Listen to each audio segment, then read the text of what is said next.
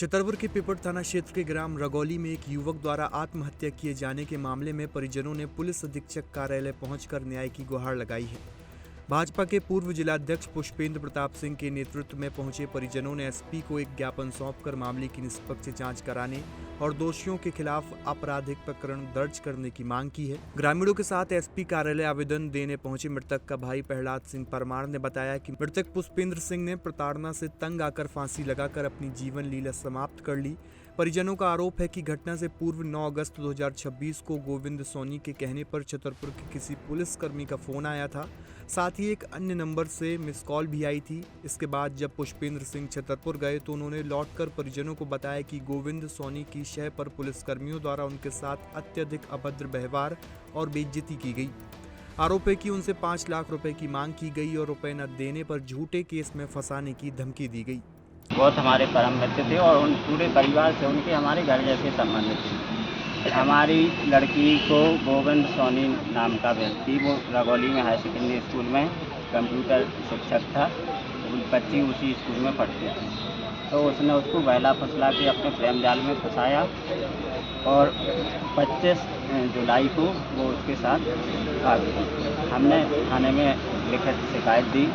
क्या नाम दर्ज दी गई थी आपके द्वारा? हाँ, हमने नाम दर्ज शिकायत किस थाने में शिकायत की थी आपने? पिपट थाना में शिकायत की, लेकिन पुलिस ने उस पर कोई कार्रवाई नहीं की। उसके बाद 4 अगस्त को हमने यहाँ एडिशनल एसपी साहब को आवेदन दिया उसके खिलाफ, लेकिन उस पर भी कोई भी कार्रवाई नहीं हुई। और लड़की ने हम लोगों पे झूठे आरोप लगाए हमारे भाई दीनदयाल राजपूत पे, पुष्पेंद्र सिंह परमार पर और स्वयं मोरे पर भी उसने आरोप लगाए।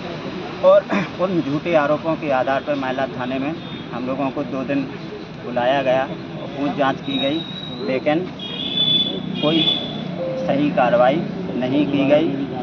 क्या आरोप लगाए थे आपने? क्या आरोप लगाए थे? हमको उसने बोला कि हमारे पिता चरित्रहीन हैं और इस हमारे भाई ने मोबाइल, वो लड़की बात करती थी उससे, तो इसने मोबाइल छीना हमारे भाई ने। तो उसने कहा कि इसने हमारे साथ छेड़छाड़ की है और पुष्पेंद्र सिंह परमार हमको गलत नीयत से देखते हैं। इस तरह के झूठे आरोप उसने लगाए और उन्हीं आरोपों की जांच में हम लोग महिला थाने गए थे। पुष्पेंद्र सिंह को भी महिला थाने में बुलाया गया था। वहाँ पर पुलिस की कार्यशैली संतोषजनक नहीं थी और वहाँ पर दबाव बनाया गया कि आप लोगों के खिलाफ मुकदमा होगा, आपको निपटना है तो आप समझ लो। इस तरीके की बात है। हमसे किसी ने पैसे खुले नहीं मांगे, लेकिन पुष्पेंद्र ने मुझे बताया था कि कोई पैसा मांग रहा है, हमें पता। अच्छा, अब आप क्या चाहते हैं? हम चाहते हैं कि इसमें उचित न्याय हो और जो दोषी हैं उनको सज़ा मिले। किस समस्या को लेकर के यहाँ हमारे बहुत ही एक समर्पित कार्यकर्ता पुष्पेंद्र सिंह रगौली जी ने अभी रविवार के दिन आत्महत्या की है। और चूँकि गांव में एक प्रकरण हुआ, एक प्रियांशी राजपूत बच्ची जो उनके एक दोस्त घनश्याम राजपूत की बेटी थी और ये शिक्षक हैं, इसका कोई अफेयर था गोविंद सोनी के साथ और इसका आवेदन ये बार बार थाने में दे रहे थे। थाने में आवेदन देने के कारण उसने उस बच्ची का माइंड ऐसे ब्रेन वॉश ऐसे किया कि उल्टा उसने अपने पिता, अपने चाचा और पुष्पेंद्र पे आरोप लगा दिए, जो कि आरोप सामाजिक नैतिकता के नाते कोई भी एक जिम्मेदार जो व्यक्ति होगा उसके लिए बहुत ही दुर्भावना वाले होते हैं। और ये दुर्भावना उसके अंदर घर कर गई और उसने आत्महत्या कर ली।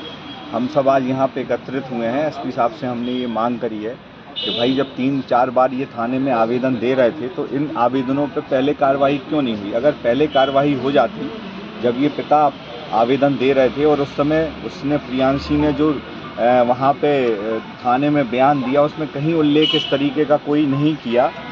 बाद में उसका दिमाग में ऐसे क्या आया कि बाद में उसने ये आरोप लगाए और उस पर भी FIR दर्ज हो गई इतनी जल्दी, जबकि इनके 3 आवेदन देने पे FIR दर्ज नहीं हुई। इसमें जो संबंधित थाना है उसकी लापरवाही समझ में आती कि वहाँ पे प्रथम दृष्टया उन्होंने कार्रवाई नहीं करी। और दूसरी, जो पुष्पेंद्र ने आत्महत्या करी है तो जो उसके आत्महत्या के जिम्मेदार लोग हैं उन पे कार्यवाही हो।